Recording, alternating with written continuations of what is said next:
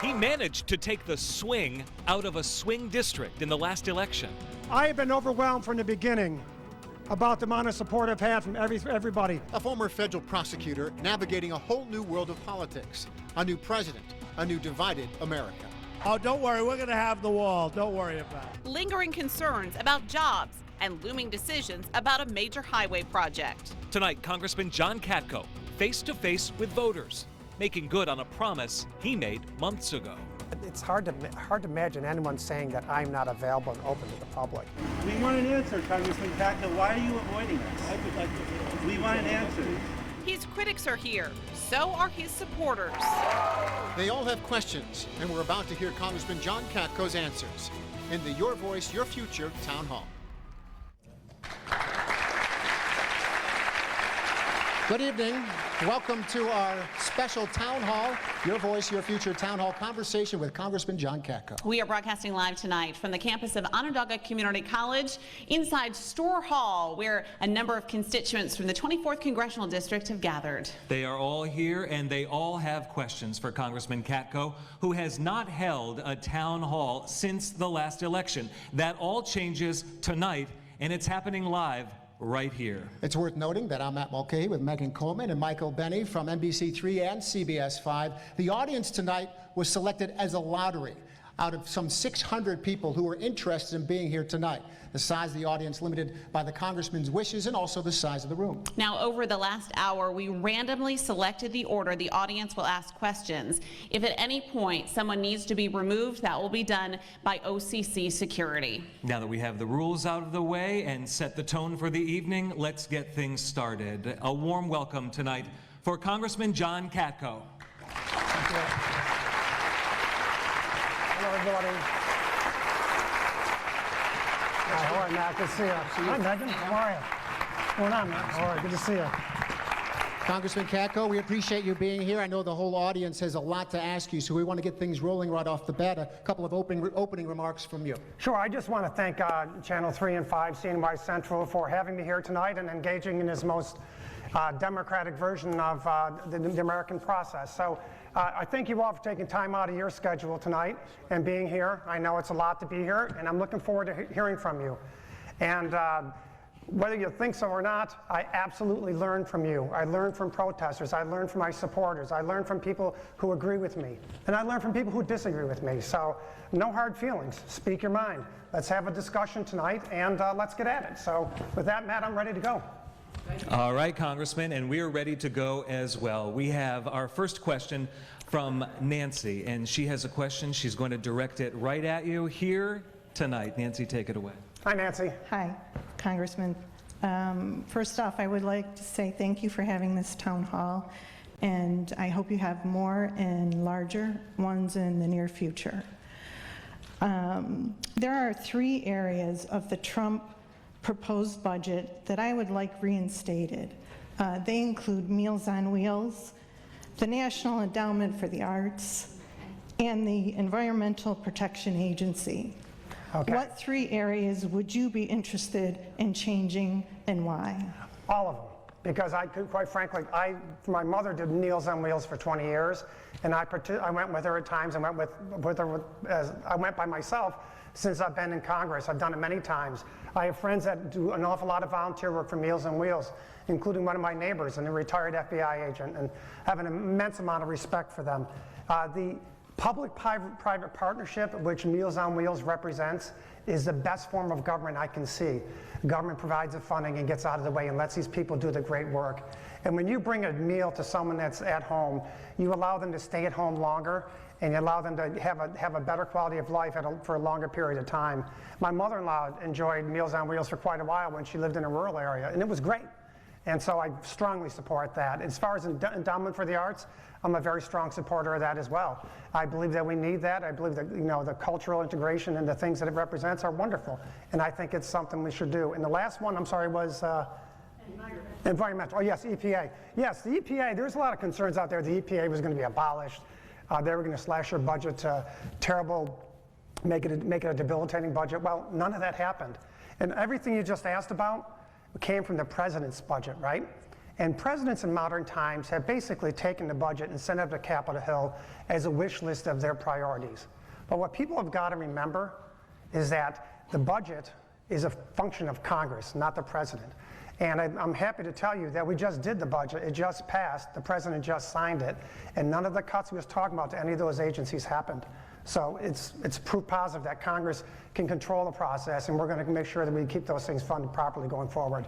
Now, the last thing I'll say is we have to be mindful of the fact that we can't spend with this government.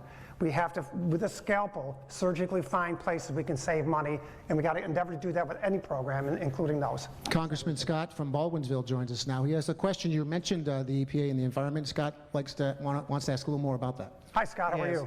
I'm concerned that the Republican Congress and the President are so into rolling back the environmental protections that have been built up over the last 30, 50 years. And we're going to end up again with lakes like Onondaga Lake that we spent billions of dollars trying to resurrect, and is just barely coming back to life. Right. So I'd like to know your words, your thoughts on that. Sure, Scott, let me ask if I may quickly. Are you from Syracuse? Did you grow up here? I'm from Beeville, yes, Okay. I have. And So I you, used like to me- drive past the lake, and it used to stink to high heaven. Yep. and I'm thrilled that it's coming back the way it is, but at a great cost. One of the things that profoundly affected me growing up, Scott, you can sit down and relax, man, don't worry, it's my time to work. One of the things that profoundly affected me growing up was when my dad used to take me to hockey games or take me somewhere in the car on a Saturday morning early. You go down 690 past the fairgrounds and way into the city. You remember the ramp that went over the highway? And at the end of the ramp, they had a big tube, and this brown crap came out of there. And I'm like, what is that stuff? And I never understood, even at a young age, why our forefathers let that place get so polluted. And that profoundly affected me. And so moving forward, I am going to work on making sure that we don't roll back all the environmental progress we've made. And I don't think we will.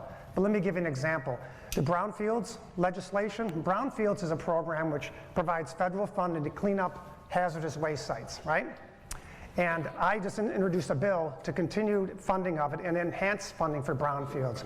Because all over my district, our district, your district, there's all kinds of brownfield sites that have been reclaimed because of the brownfield program. So I'm a big believer in that. I've also signed on to what not a ton of Republicans have, and it's called the Climate Resolution. Last term it was the Gibson Climate Resolution. This term Congresswoman Stefanik signed on to it as well. It's about 15 of us Republicans saying climate change is real and man's contributed to it. And we must be mindful of that moving forward in the programs that we enter into. So I absolutely believe in the climate stuff. I absolutely believe in shifting tax credits from fossil fuels to renewables, and like wind energy and solar, right? And I also, thank you. I wasn't sure I was going to get many claps tonight, so this is encouraging. But so one of the things I did with it, you notice with the nuclear power plants up in Oswego, at first blush you may think, oh no, nuclear. But nuclear is 100% clean emissions, no carbon at all emitted in the atmosphere. And until such time as the renewables can stand on their own 2 feet to sustain us as an economy, we need clean sources of energy. I would respectfully submit that's one of them, is to provide a bridge. But we've got to get to the point where we can have renewables. One great thing we can leave our kids and our children's children is renewables that function to provide all the power we need. Until such time, let's keep trying to find ways to keep the environment as clean as possible. And thank you for your question. Congressman, I am with Tess from Wayne County, and she has a question for you tonight about President Trump's travel ban. I didn't think we were going to have any questions on Trump tonight. I strongly oppose a Muslim ban. Do you? Yes or no, and why? Oh yeah, we can, listen, we cannot restrict people coming into this country based on their race, based on their color, based on their sex, or religious orientation, or any of those things. We can't do that. But just take a step back, okay? Was that executive order he doled out, was that clumsily handled? Absolutely. Absolutely. Call it a rookie mistake or whatever, but look at the intent behind it. And I can talk about this with some degree of intelligence because I work on Homeland Security every day in Congress. I'm on the committee, and I get briefed in the basement of the Capitol and literally in a lead-lined room about the bad things people want to do to us, right? And whether we want to believe it or not, people want to do us serious harm, and it's frightening some of the plots have been uncovered that you can't talk about in a non-classified setting. But the bottom line is this, okay? ISIS and Al-Qaeda want to infiltrate the West through the refugee process. They've been successful in doing it in Paris when tons of people were killed in those horrific incidents, and in Brussels at the airport that was blown up. It's terrible stuff, okay? In 2012 or so, and a gentleman came in from Iraq as a refugee. And after he was here, it was found that his fingerprints were on roadside bombs that killed our soldiers in I think it was Afghanistan or Iraq, one of the two. So then they started investigating him. And after they investigated him, they found out him and another refugee were engaged in a plot to do some serious damage here in the United States from a terrorism standpoint. But also, they were aiding ISIS abroad. They both pled guilty, they're in prison now. So it's real. The threat's serious. We have to take it right. I applaud the president for trying to do something about it, and we got to find a proper balance. And the last thing I'll say is, I've spoken with all the refugee centers, and I've become friends with guys like Yusuf over at the Northside Learning Center, and the Interfaith Works people, and Catholic Charities, and Mike Millar and all them, and they all say the same thing, and the same thing I maintain. I have no problem with refugees, so long as they're properly vetted. If they're properly vetted, I have no problem with it, but we can't cut corners. And what we found out was the last administration was cutting corners because they couldn't verify certain information, and that's a dangerous thing. So as long as we can streamline the process, we are going to be okay. And these people I talk with and these agencies agree with me, and we work with them. Thank you. Thank you, Congressman. Our next question comes from Kevin in Baldwinsville. He's concerned. We've certainly seen a lot of floodwaters this spring, but you have your own question about that, Kevin. Yes. First question is, we have an issue in Lysander with the FEMA floodplain map having an error in it. You're not alone, my friend. Okay. You're not alone. And I was just concerned with the people, they're spending their own money to try to correct that, and FEMA has been hard to get a hold of. I know we've contacted you. How is there that much bureaucracy that we can't get through to the right people to get that taken care of without an expense to the homeowners? Here's the problem with the FEMA flood mapping, right? For those of you who may not know, about 10 years ago, FEMA started a program where they redid the flood mapping nationwide. And then, if you're within a floodplain, you must have flood insurance. It's not a choice. Now, if your chance of having a flood is once in every 100 years, as opposed to a $10 million house sitting on a shore somewhere, right? That's most certainly going to get flooded at some point because where it was built. It really doesn't matter, and it's not fair. It's very expensive flood insurance, as you know. And it makes some people it's hard for some people to get rid of their homes and sell their homes. And it's hard to get a mortgage sometimes because you got to pay a lot of money for this insurance every year. And we just went down to talk about this in the city of Syracuse last summer. It's a nightmare. It's 10 years in the making. And it's 10 years of FEMA through bureaucracy, picking out floodplains and picking out where they did it on a scientific basis. And they tried to do it the right way. But the bottom line is I think it's a deeply flawed program. When you're in the city of Syracuse and perhaps 1/10 of the value of your home is being paid for insurance every year, whereas a guy that has a $10 million house on the ocean is not paying 1/10 of the value of that house for insurance, something's wrong. And so we're trying to look at that and see how we can fix that. Once they make the designation, there's an appeals process, and I encourage anyone that has this, call our office and we will help you with the appeals process, but I'm not going to give you like a optimistic view that the appeals process will go smoothly. It's tough. It's tough. But the bottom line is we're trying to make some changes in the FEMA process. I think it's patently unfair that people in the city of Syracuse who virtually never see flooding and are trying to hang on to their homes are getting screwed with about 10% value a year in insurance for flood insurance, which they never had before. It's forcing them out of their homes. It's just not right. Congressman, I'm with John from Camillus. He has a question for you tonight. How are you? About veterans. I'm fine, thank you. Thank you for being here, Congressman. I also like to thank you for your support of the military veterans. My question has to do with our military veterans. Specifically, what do you see as the most pressing issues facing our military veterans, and how will you address those issues? Well, thank you, John. There are a slew of issues facing our military veterans. And here's a cold, hard fact for you. By the time that this meeting is over, another veteran will have taken his life in this country. That's a cold, hard fact. Veterans are committing suicide at a rate of almost 1 an hour. So think about that, 1 an hour. That's a national tragedy. And so we passed some legislation to try and fix that as one example of the problems facing veterans. And this is infuriating. And it was a Clay Hunt Suicide Prevention Act. I'm very proud of it, very happy with it. It went to President Obama's desk and he happily signed it, as well he should. They set up hotlines across this country for people to call in, veterans that were suicidal. They were put on hold and they were asked to leave messages and we get back to you. And many of those people ended up committing suicide. That is a disgrace in this country, okay? That's one example of some of the problems that beset the treatment of veterans in this country. I think we have a solemn responsibility from the moment they put on the uniform and to the moment they take their last breath on earth to look after them. And here's, thank you. It's a fact that an awful lot of veterans are coming back from Afghanistan and Iraq, and they have a substantial PTSD.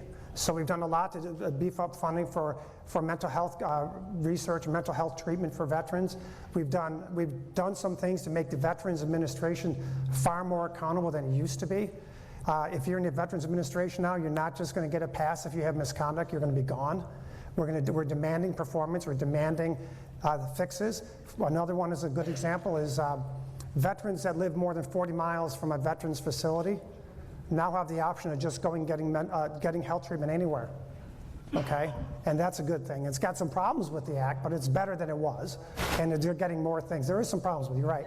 But the bottom line is there has been a slew of legislation to try and make things better, but you know what? We failed our veterans in many ways. When people lose limbs and people, sacrifice their lives so we can come and you can protest, and some people get mad at me, you're right as Americans, and I applaud that. And 1.2 million Americans in this country have died since the inception of our country, so you have that right. And we have failed them.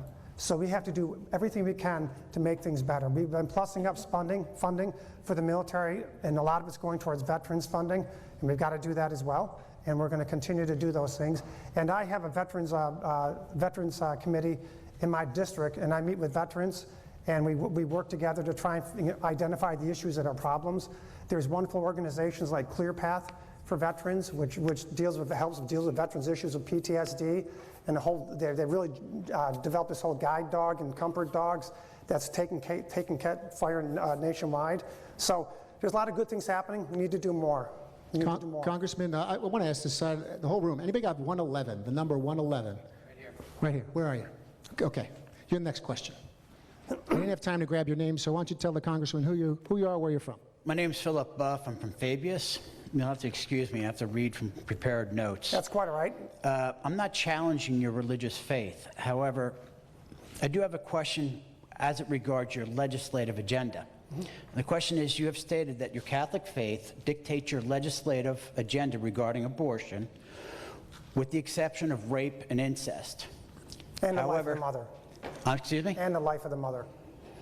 So then why don't your religious beliefs then compel you to fight for universal health care, which even the Pope deems as a right, not a privilege?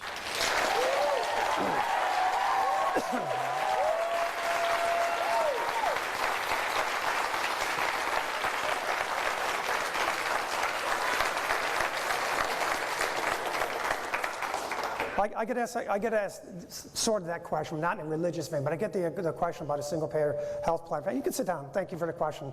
I don't believe in this country that a single-payer health plan will work, period. Okay? What separates our economy from most of the economies of the rest of the world, and what made us the biggest, best economy the world has ever seen, is that it's a free market economy, right? So in my opinion, and just my position, and you can disagree with me or want, and I completely respect that, and I respect your position too, for sure. But my opinion is that we've experimented with this with the Affordable Care Act, and we have places like Iowa where 54 out of 59, let me finish please, 54 out of 59 counties have no insurance carrier right now. Okay, so it's not working. So, let me tell you what I would like to do, okay? and why I felt that this repeal fell far short of anything that what might possibly work. Because I made a commitment to you and everyone in this room when I was elected in 2014 that I would never vote for a repeal of the Affordable Care Act, as much as I think it wasn't a good idea, unless or until a full replacement was ready to go. Okay? And that's in contrast with many of my brethren, my brothers and sisters in the Republican Party. But the bottom line is this. Here's what I think we needed to do. That repealed all the funding mechanisms of the Affordable Care Act. Okay? It replaced it with tax credits that probably are not anywhere near sufficient for people buying insurance. It's cut $7 billion in Medicaid payments to New York State alone, which is a gut shot to middle-class taxpayers. What I think we could do, in addition to all that, and what we need to do, is do the things that are going to drive costs down. Who here is sick of the prescription drug prices in this country? Yeah. Right? Okay? Let me finish. Okay? That will drive costs down. Who would like to see interstate competition for health care? Who would like to see tort reform? Who would like to see, a lot of us would, and I believe these things are drivers, okay? But unless you have a full replacement and you get it back to a market base and you create competition that keeps the costs down, you're never going to have it. Care of our brethren, our own countrymen, not pre-birth, but after birth, with universal health care. It's an obligation that we have. It's not market-based. We have a moral obligation.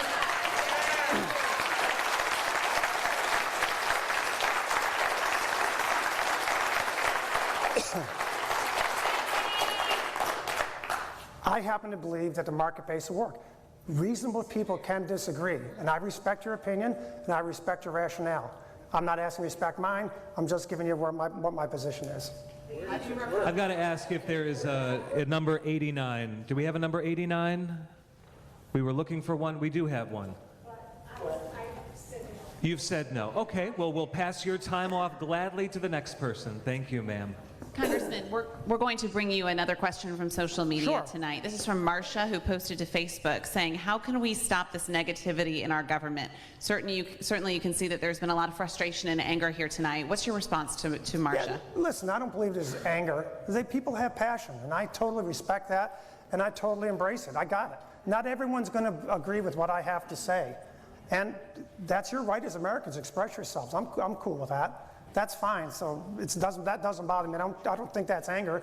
That's you're doing what makes our country great. But I'm sorry, Megan. The nature of the question again. I'm sorry, I got off track. I'm sorry. She asked, how can we stop this negativity in our government? Well, I can tell you, and I'll put my money where my mouth is with this. Okay, there's a group of about 20 Republicans and a group of about 20 Democrats that meet on a regular basis. And we always make sure we have an even number of Republicans, even number of Democrats that are committed to trying to work in a bipartisan manner. I'm one of those people, all right? And we meet on a weekly basis.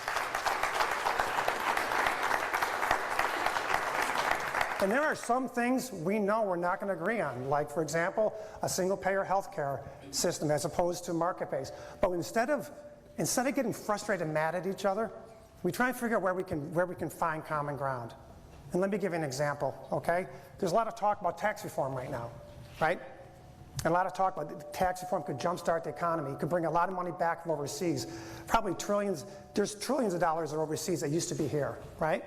And we could bring that money back and maybe use that money for infrastructure. So we as a group have made a statement to say, we think tax reform should be coupled with infrastructure, an infrastructure bill, so we can do both tax reform and infrastructure. We, the bipartisan members.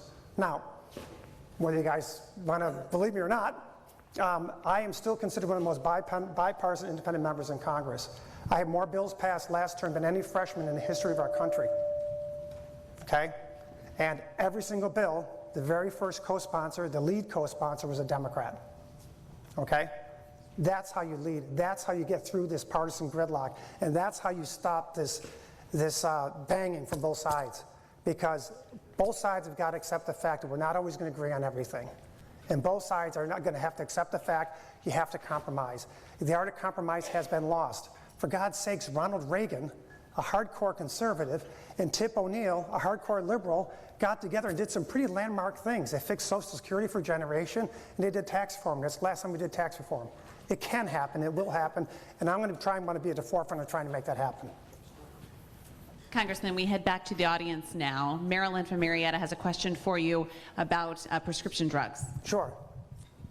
Hi, I'm concerned about healthcare, obviously, as everyone else is, and you said people are angry here, and I think part of the problem is also that we are frightened, and people are frightened that we won't have enough money to pay for it, we won't have the coverage that we need, we'll have caps, and so forth. And I know in your letter to the Post-Standard yesterday, you talked about the market reforms, and you touched on some of them. And I think that going along with the health care, the cost of prescription drugs, as you mentioned, is a huge problem, another frightening thing for seniors. And what are some of the things that can be done? Can there be some agreement to allow Medicare and Medicaid to negotiate drug prices the way the Veterans Administration does? Can the profits that these companies are making be restricted in some way? What can be done with the cost of drugs? Okay, thank you very much. And it's a great question. That's one of the things. And you picked up on one of the things I talked about when I say what are the things we need to do to make health care more affordable and get insurance prices down. Prescription drugs is a key component of that. Absolutely, we should try and figure out a way to negotiate better drug prices. Absolutely.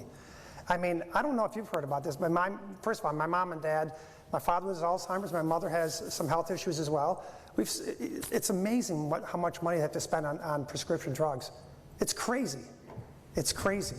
And we have seniors who have to get on buses to go to Canada to buy their medicine. This is America. It's crazy, right? So I totally agree that we should absolutely negotiate prescription drug prices. Absolutely. We've got to do that. And we've got to create more competition as best we can. Absolutely. And I think that I'm open to other suggestions as well. Because in my mind, that's one of the big cost drivers of healthcare nowadays is exorbitant prices. It is. Congressman, we don't have time for more questions. And I know that means that folks here are going to feel like they came up short. How many people here would like to see another town hall meeting soon? Me too. We certainly respect, you've been a great audience tonight. You've had well-considered questions. We would have loved to have gotten to all of them tonight. Before we fully wrap up, though, we're going to give the Congressman about a minute to give us a closing thought before we're done for the night. So, Congressman, a final minute or so. Thank you. I want to thank CNY Central. You know, think about it. That's right.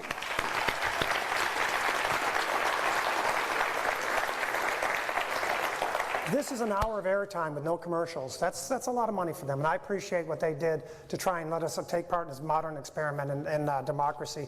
Listen, I learned from you all, okay? And I appreciate the fact that you feel differently than me and you're passionate about things. That's great, okay? And we're going to continue to have these conversations. I'm happy to have more of these. I thought it was very well done, and I appreciate everything everyone did to come here tonight to offer their opinions, okay? This is America, okay? This is democracy in action. And our forefathers set up a great country where you were allowed to voice your opinion. You're allowed to say when you're pissed off at somebody. That's great. And I love to hear it because it makes me a stronger and a better leader. And listen, sometimes I don't always like the signs outside my office with me dressed in a dunce hat and all that, but that's okay. That's your right, and you're educating me as to other points of view, and that's fine. But the bottom line is this is a great country, and we got to continue this dialogue going forward. I've had tons of telephone town halls. I've had Facebook Live. I've had Google Hangouts. I've had town halls that are subject-based, like on heroin, which is killing our kids, and I'd like to talk more about that next time, and many other things. And I'm going to continue to make myself available. Thank you. One thing we can't do is go into prime time. Are you ready to announce another town hall tonight? I don't have a date, but we definitely will do some more. How about tomorrow? Ready for tomorrow? Thank you, Congressman, very much. Thank you guys very much. Thank you very much. Thank you for having us. Thank you to everybody watching tonight. Thank you, Congressman, for our town hall. And we know the conversation is going to continue online on our Facebook page and at cnycentral.com. Thank you so much for joining us tonight. Have a great night, everyone. Good night.